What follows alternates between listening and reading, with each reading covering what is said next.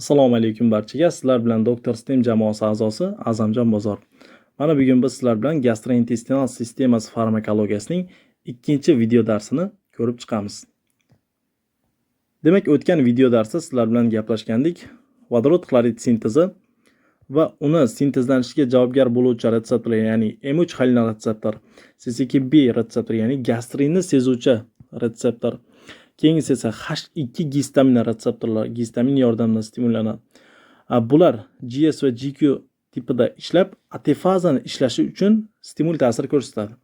Endi somatostatin yoki prostaglandinlarni sezuvchi retseptorlar esa GI tipida ishlab, siklik AMF miqdorini kamaytirib yuboradi va ular esa proton pompani ishlashini ingiberlab qo'yadi.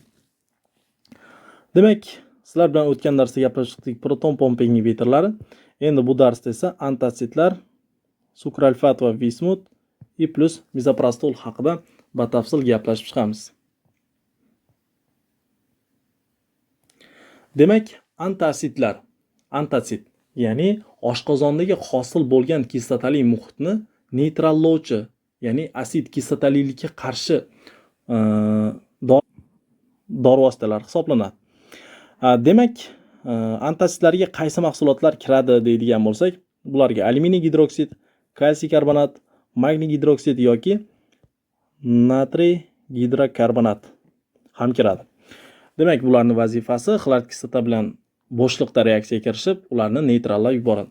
Masalan, natriy gidrokarbonat haqida gaplashadigan bo'lsak, xlorid kislota bilan reaksiyaga kirishib, natriy xlor plus karbonat angidrid plus suvni hosil qiladi. Endi, masalan, kalsiy karbonat, kalsiy xlor, karbonat angidrid plus suv. Demak, bu hosil bo'lgan karbonat angidrid turli xil shu nafas olish sistemasi orqali turli xil kekirishlar orqali chiqarib yuborish mumkin bo'ladi, yoki bu turli xil meteorizmlarni keltirib chiqarishi mumkin bo'ladi. Endi antasidlarni qanday maqsadda qo'llanishini bildik, ya'ni kislotali muhitni bartaraf etuvchi dori vositalar hisoblanadi. Endi bularni nojo'ya ta'siri, bularni barchasi gipokalemiyaga sabab bo'ladi. Ya'ni qanday qilib gipokalemiyaga sabab bo'lyapti deydigan bo'lsak, demak, antasidlarni doimiy qo'llanishi natijasida hosil bo'layotgan xlorid kislota miqdori kamaytirib turilyapti doimiy ravishda. Natijada xlorid kislota hosil bo'layotgan xlorid kislotani ham doimiy neytrallab yuborilish natijasida pompa ham ishga tushmay qoladi. Ya'ni pompaning ishi buziladi, ishlamay qoladi. Natijada biz bilamizki, pompa deydigan bo'lsak, bu yog'i bo'shliq, bu yog'i parietal hujayra. Bu yerga parietal hujayraga kaliy kirardi va bo'shliqqa esa vodorod chiqardi. Endi kaliy esa keyinchalik qonga o'tib ketadi. Endi bu pompa ishlamagandan keyin vodorod bo'shliqqa chiqmaydi, kaliy esa parietal hujayraga kirmaydi va parietal hujayradan bilamizki, qonga chiqib ketish kerak edi. Shuni hisobiga mana shu pompa ishlamagandan keyin bilvosita ravishda gipokalemiyaga sabab bo'ladi antasidlar. Endi har bir antasidlarning o'ziga xos nojo'ya ta'sirlari ham bo'ladi albatta. Demak, alyuminiy gidroksidni o'ziga xos, kalsiy karbonatniki va magniy gidroksidning o'ziga xos nojo'ya ta'sirlar bor. Yana plus antasidlarning nojo'ya ta'sirlaridan biri, biz antasidni doimiy qo'llagan paytimizda xlorid kislotani miqdorini kamaytirib beryapti. Proton pompani ishga tushmasligini ko'rdik. Va yana plus bilamizki, xlorid kislotani sintezini gastrin stimullab berardi. Xlorid kislotani sintezini oshirib berardi. Endi xlorid kislotani neytrallanish shunchalik kuchli bo'lgandan gastrin уже ishlatilmay qoladi va natijada gastrinning miqdori organizmda ortib ketadi. Qachonki biz antasid lecheniyani to'xtatganimizdan keyin ortib ketgan gastrin xlorid kislotani battar sintezini kuchaytirib yuboradi. Shuning uchun ham giperatsid holat yuzaga keladi. Ya'ni antasid lecheniya to'xtatilgandan keyin xlorid kislota miqdori ortib ketishi kuzatiladi. Demak, endi har bir antasidlar haqida batafsil gaplashib chiqamiz. Alyuminiy gidroksid qo'llanganda konstipatsiyaga sabab bo'lar ekan. Konstipatsiyaga sababi turli xil mexanizmlar orqali gastrointestinal traktdagi muskullarning qisqarib bo'shashini buzgandan keyin natijada ovqat massasini harakatlanishi buziladi. Shuni hisobiga konstipatsiya yuzaga keladi. Yoki gipofosfatemiya, ya'ni qondagi fosfatning miqdori kamayib ketishi, osteodistrofiya, suyakni trofikasini buzilishi va proximal muscle weakness, ya'ni tananing yuqorgi qismidagi muskullarning zaiflashuvi va sezurs tutqanoqga sabab bo'lishi mumkin bo'ladi. Bularning mexanizmi, qanday kelib chiqish mexanizmi aniqlanmagan. Shunchaki eslab qolsanglar foydali bo'ladi. Endi demak bu alyuminiy gidroksid. Endi keyingisi kalsiy karbonat. Kalsiy karbonat alyuminiy gidroksid bu qonga so'rilmasa ham, lekin kalsiy karbonatning qonga so'rilishi aniqlangan giperkalsimiyaga sabab bo'ladi. Va plus kalsiy karbonatni qo'llanish natijasida organizmdagi turli xil dorilarning effektivligi kamayib ketadi. Masalan, aytilyaptiki, tetrasiklinning organizmda qonda kalsiy bilan xelat hosil qilib, tetrasiklinning effektivligi tushib ketishiga sabab bo'lishi mumkin bo'ladi. Demak, bu kalsiy karbonatning o'ziga xos nojo'ya ta'sirlari edi. Endi magniy gidroksid haqida gaplashadigan bo'lsak, magniy gidroksid bu ham albatta kalsiy singari qonga so'rilishi mumkin bo'ladi.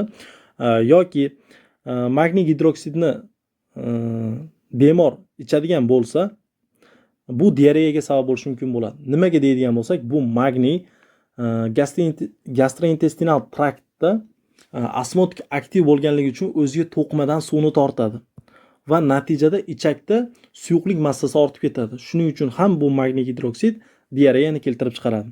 Yoki biz bilamiz, magniy kalsiyni antagonisti hisoblanadi. Kalsiyni antagonisti bo'lganligi sababli giperrefleksiya bo'lyapti, ya'ni reflekslarni, muskullarni qisqarishi kamayib ketyapti. Yoki gipotenziya bo'lyapti. Qon tomir silliq muskullarda ham kalsiyni bloklab qo'yapti yoki yurak to'xtashigacha deyilyapti. Demak, bu kalsiy kanallarni bloklab qo'yish, ya'ni kalsiy antagonisti bo'lganligi sababli magniy gidroksid qonga so'rilib, quyidagi effektlarni namoyon qilyapti. Endi yana antotsidlar qatorida natriy gidrokarbonat ham bor. Natriy gidrokarbonatni qo'llanadigan bo'lsa, bu meteorizmga sabab bo'lishi mumkin bo'ladi, chunki bildik, karbonat angidrid neytrallanish mahsuloti hisoblanadi. Plus bu ham albatta pH ga o'ziga xos ta'sir ko'rsatishi mumkin bo'ladi. Demak, antotsidlar haqidagi ma'lumotlar shulardan edi. Mana ko'rib turibmiz, kalsiy karbonatli antotsid. Mana paketchalarda demak ikkitadan tabletga solingan bo'ladi. Demak, bu antotsid, ya'ni xlorid kislota sintezi miqdori ortib ketganda qo'llaniladi. Endi sizlar bilan keyingi guruh dorilar, ya'ni gastroprotektorlar haqida gaplashamiz. Ya'ni oshqozonni himoya qiluvchi, oshqozonni shilliq qavatini tiklovchi dorilar haqida gaplashamiz. Bu dorilarga qaysi guruh dorilar kiradi deydigan bo'lsak, vismut, sukralfat va mizoprostol kiradi. Sulfasalazin esa biz gastroprotektorlarga qo'shib qo'ya qoldik, lekin bu asosan yo'g'on ichakda o'z ta'sirini ko'rsatuvchi dori hisoblanadi. Alohida guruh qilib o'tirmadikda, shunga qo'shib qo'ya qoldik, o'zinglar ajratib olasizlar. Demak, vismut yoki sotuvda D0 nomi bilan ham mashhur hisoblanadi. Demak, bular gastroprotektorlar hisoblanadi, ya'ni oshqozonni parietal hujayralarning shilliq qavatini tiklash va ayrim birlari xlorid kislota sinteziga ham ta'sir ko'rsatib, xlorid kislota sintezini kamaytirish xususiyatiga ega bo'ladi. Demak, birinchi sizlar bilan vismut haqida gaplashamiz. Vismut qanday ta'sir ko'rsatyapti? Vismut oshqozondagi ana shu yaraga bog'lanyapti. Masalan, mana oshqozon deylik. Endi oshqozonni ma'lum bir qismida, mana shu yer qismida yara bor. Endi vismut organizmga tushgandan keyin oshqozondagi ushbu yarani qoplab olish xususiyatiga ega bo'ladi. Demak, shu orqali yarani kengaymasligi va yarani battar kuchayib ketmasligini oldini oladi. Endi yana qanday ta'sir effektlari bor deydigan bo'lsak, ana shu oshqozondagi shilliq qavatni pH-ni to'g'rilaydi. Ya'ni oshqozonda kislotali muhit edi, ya'ni pH past edi, muhit kislotali edi. Endi bu esa parietal hujayralardan bo'shliqqa gidrokarbonatni sekretsiyasini kuchaytirib beradi va natijada pH ortadi. Ya'ni ishqoriylashadi, ya'ni pH ortadi. Bu demak, pH ni ortishi mana shu oshqozonni shilliq qavatining tiklanishiga sabab bo'luvchi vositalardan biri hisoblanadi. Demak, bu vismutning ta'sirlaridan biri edi. Ana shu yarani qoplab oladi vismut birikmasi va oshqozondagi gidrokarbonatni sekretsiyasini parietal hujayradan bo'shliqqa kuchaytirib beradi. Shu orqali pH ni ko'tarib beradi. Endi lekin sukralfatni ta'siri teskarisi bo'ladi. Uni ta'sir ko'rsatish uchun u kislotali muhitni talab qiladi. Shuning uchun muhit kislotali bo'lganda berishimiz uchun sukralfatni biz proton pompa ingibitorlari va H2 gistamina blokatorlarini bermasligimiz kerak bo'ladi. Chunki proton pompa ingibitorlari yoki H2 gistamina blokatorlar xlorid kislota sintezini kamaytirib yuboradi. Yozishim chotga chiqdi. Endi biz bularni bermaydigan bo'lsak, kislotali muhit saqlangan bo'ladi va bu yerga biz sukralfatni berishimiz mumkin bo'ladi. Endi bu vismut yoki sukralfat qachon ishlatiladi? Demak, turli xil ana shu yaralarni, oshqozon yaralarini tuzalayotgan paytda berishimiz mumkin bo'ladi. Demak, vismut ham, sukralfat ham ana shu oshqozondagi yarani qoplab olib, ortiqcha kislotali muhit ta'sirida zararlanishdan, uni kuchayib ketishdan saqlovchi vosita hisoblanadi. Yoki sayohatchilarning diareyasida qo'llashimiz mumkin bo'ladi. Nima uchun deydigan bo'lsak, sayohatchilar sayohatga chiqayotgan paytda o'zi bilan turli xil oziq-ovqat mahsulotlarini olib oladi va ular ma'lum bir vaqt o'tgandan keyin o'z tarkibini o'zgartiradi, ya'ni toksiklik ta'sir ko'rsatishni boshlaydi organizmga iste'mol qilgandan keyin. Ana shu natijasida turli xil oshqozonni shilliq qavatini zararlab qo'yish hisobiga nojo'ya ta'sirlar ko'rsatishi mumkin bo'ladi. Shuning uchun biz vismut yoki sukralfatni aynan bu paytda biz vismutni ishlatamiz. Endi yana aytilyaptiki, vismut Helicobacter pylorini davolashda 4 ta davolash usuli bo'lsa, ularning bittasi vismut hisoblanadi. Keyingi davolash usullariga proton pompa ingibitorlari ham beriladi va yana plus antibiotik beriladi. Ba'zi bir manbalarda antibiotiklarni ikki xil antibiotikni qo'llanish hisobiga quadruple terapiya deyilgan, ya'ni 4 ta davolash uslubi. Lekin antibiotikni bittaga olib boradigan bo'lsak, demak antibiotik, proton pompa ingibitorlar plus vismut ishlatiladi Helicobacter pylori infeksiyasiga qarshi. Endi demak, vismut va sukralfat dorilar haqida batafsil gaplashdik. Endi sizlar bilan misoprostol dorisi haqida gaplashamiz. Demak, misoprostol qanday ta'sir ko'rsatadi mexanizmi? U oshqozonni shilliq qavatini himoya qiluvchi prostaglandin E1 ning analogi hisoblanadi. Ya'ni tayyor biz prostaglandin E1 beryapmiz. Misoprostol nomi ostida gastroprotektor bo'lgan. U qanday ta'sir ko'rsatadi? Demak, uni ta'sir effekti oshqozonni shilliq qavatini ishlab chiqarish va sekretsiyasini kuchaytiradi.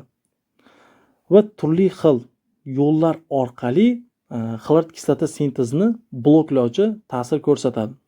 Demak, xlorid kislota miqdori qancha kam bo'lsa, oshqozonni shilliq qavati tuzilishi, ya'ni himoyasi kuchli bo'ladi.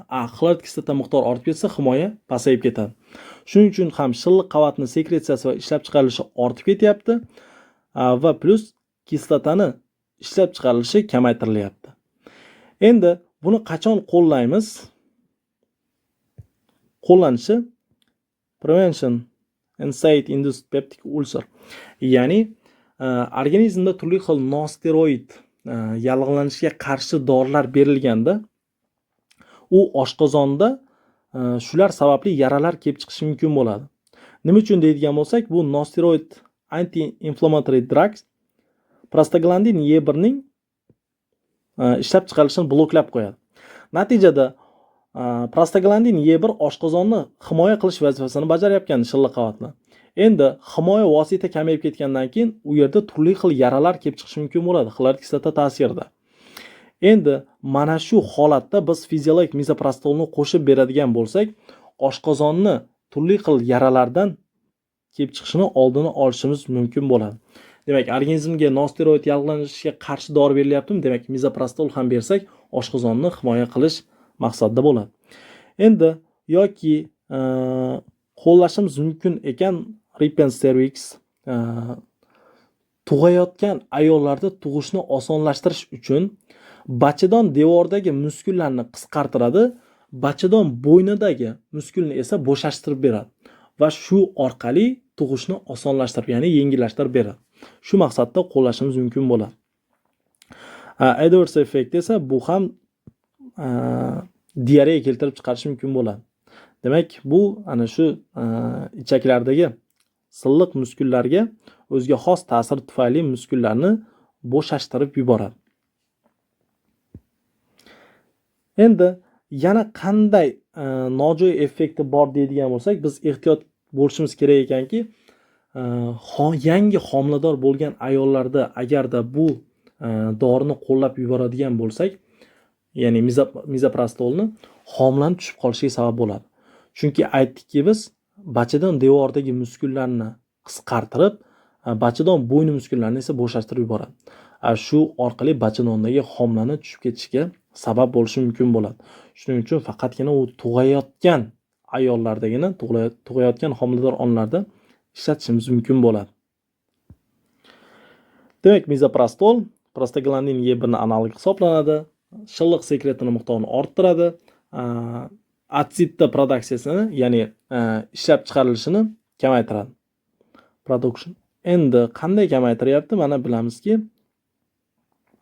prostaglandinlar retseptorga ta'sir ko'rsatish orqali GI proteinli bo'ladi va bu orqali samif miqdori kamayib ketadi. Samif miqdorining kamayishi esa atefazani ingiberlab qo'yadi. Natijada xlorid kislota sintezi normal amalga oshmaydi. Mana shu orqali, demak, prostaglandinlar xlorid kislota sintezini kamaytiradi. Demak, bu mizoprostol dorisi edi. Endi demak, sizlar bilan sulfasalazin haqida gaplashamiz. Demak, sulfasalazin turli xil yarali kolitlarda yoki avtoimmun kelib chiquvchi kolitga o'xshagan kasalliklardan biri bu. Ana shu ichak kasalligida Crohn kasalligi hisoblanadi. Bu avtoimmun kelib chiqadi. Mana shu holatlarda ishlatishimiz mumkin bo'ladi. Endi bu antibakterial va anti yallig'lanishga qarshi bo'lgan dorilarning kombinatsiyasi, ya'ni birlashmasi hisoblanadi. Sulfapiridin yoki 5 aminosalitsilik kislotani aralashmasi, ya'ni birlashmasi hisoblanadi. Demak, bu organizmga qabul qilingandan keyin ichakdagi bakteriyalar yordamida aktivlanadi va o'zining ta'sirini ko'rsatadi. Adverse effektlari, demak, turli xil organizmni bemorda bezovtalik holatlarini keltirib chiqarishi mumkin yoki ko'ngil aylanishlari va bu sulfasalazin o'zi sulfonamid guruh tutganligi sababli undan sulfonamiddan zaharlanishni keltirib chiqarishi mumkin yoki qaytar tarzda oligospermiyani keltirib chiqarishi mumkin. Ya'ni sperma miqdorining kamayib ketishi. Aynan mana shu dorini qo'llayotgan paytda qaytar tarzda keyinchalik dorini qo'llab bo'lgandan keyin albatta bu jarayon qaytib ketadi. Demak, bu gastroprotektorlar edi. Qisqa takrorlab qilib olamiz. Antatsidlar xlorid kislotani neytrallovchi vositalar hisoblanadi. Alyuminiy gidroksid, kalsiy karbonat, magniy gidroksid va natriy gidrokarbonat. Bularning barchasi gipokalemiyaga sabab bo'ladi. Gaplashdik. Proton pompani bloklab qo'yish hisobiga kaliy bo'shliqdan parietal hujayraga, parietal hujayradan esa qonga chiqishi bloklanadi va bilvosita gipokalemiyaga sabab bo'ladi. Yoki giperatsid holatiga